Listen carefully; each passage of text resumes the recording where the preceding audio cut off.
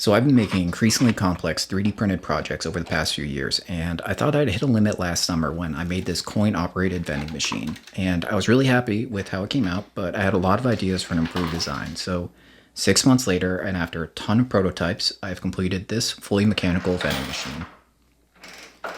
You pay for your item with the coin mechanism, which is known as a coin slide, and dispensing candy is as simple as just turning a knob.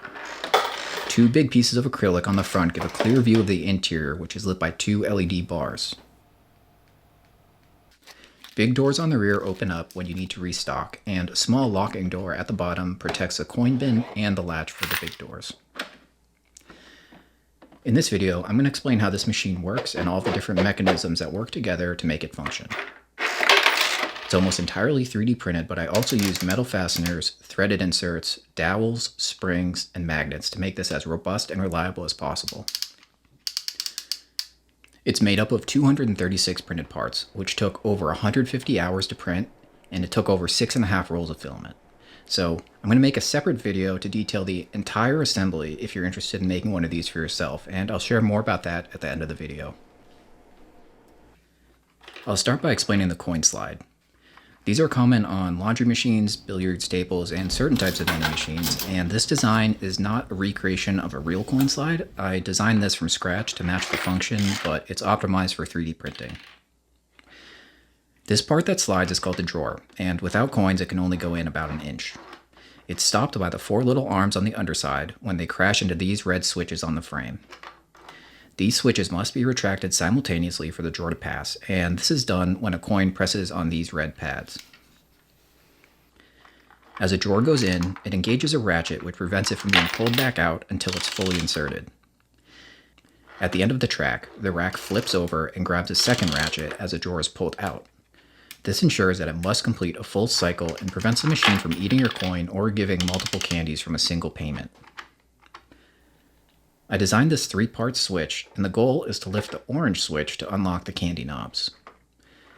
Little arms on the side of the drawer push the blue switches out of the way when it's inserted, and then when you pull it out, it lifts up on the entire mechanism.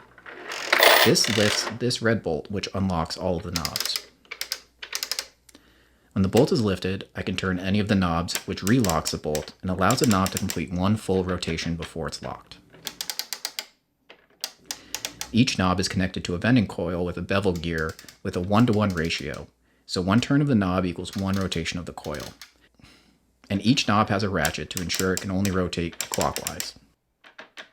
The bolt is mounted on a series of rotating switches that snap between locked and unlocked with a wedge-shaped spring arm. This idea seemed crazy at first, but this motion is super crisp, and having 12 clips keeps the bolt rigid so there's no flex when you press on it when it's locked. The doors on the back are double hinged rather than one big piece because it makes it easier to print, and this shape gives full access to the top row. There are magnets in the door, so it snaps closed and it lines up with the latch at the bottom, which keeps the entire vending cabinet locked. This is one of my favorite details of the whole project because these doors are huge by 3D printing standards, and getting them to latch perfectly is so much harder than it seems. The latch has a spring arm inside that gives it a nice little click and holds it in place when it moves back and forth. I also want to take a moment to point out that there are no exposed fasteners on this entire machine besides the knob connections, but those are well concealed. And this has 134 total screws, so it was, kind of a big deal. Basically, the whole thing can be broken down and reassembled, which is really helpful when you're putting it together because you can troubleshoot things and make sure they work perfectly. I specifically designed this latch so that it's located at the bottom of the machine near the coin bin. So you need just 1 key to secure the whole machine. And thankfully, I have a ton of experience designing 3D printed locks and vaults, so I included the most advanced lock I've ever designed, the 6-lever detector lock. I designed this lock last year, and I incorporated it into a vault which is available for free on MakerWorld and Printables. The lock for this vending machine is identical. It has all the same parts, but the front is enclosed, so you can't really see what's going on. So to explain how this lock works, I'm just going to reuse a clip from my previous video because the front panel is open and you can see how everything works. Turning the key lifts each lever to an exact position, aligning the cutouts, and allowing the bolt to glide through the gap and unlock the door. What sets this design apart is the detector, which is this green lever in the back. If any of the 6 levers are lifted too high, which I will illustrate by turning a false key, it will trip the detector, which completely jams the lock. If we watch that again more closely, you can see that lever number 4 is lifted too high, which also lifts the detector, and the detector stays up. In this position, the cutout on the detector is too high and prevents the bolt from moving, even with the correct key. If someone tries to pick this lock, it is very likely that they will lift one of these levers too high and trip the detector, which will keep the door locked until it is reset. The detector is reset by turning the correct key clockwise and pushing the bolt to the right. This only works if the levers are lifted to the correct height, which creates a pocket for the bolt to move. So if a lockpicker wants to reset this, they essentially need to pick the lock in reverse. And that's assuming they know there is a detector. If they don't, they could spend a lifetime trying to pick this lock and it would never open. To make picking this lock even more difficult, I added a curtain, which is this blue piece. It encases a keyhole and leaves a narrow slot where the key is inserted. A lockpicker needs to get their tools inside the lock to access the levers, but the curtain restricts access to only a small sliver.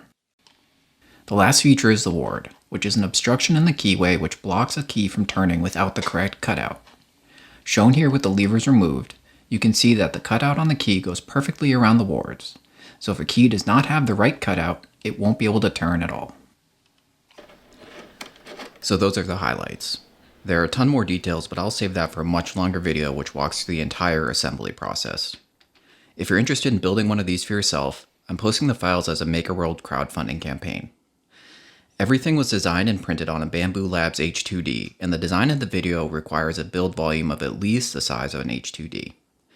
My crowdfunding campaign has 2 stretch goals. The first will fund the development of a version that can be printed on mid-size printers like the Bamboo Labs A1 or Prusa Core 1.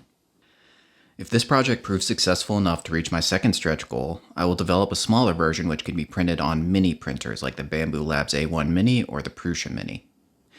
The mini version would be a smaller overall machine with the inventory reduced from 42 to 30, but all of the mechanical elements would be identical.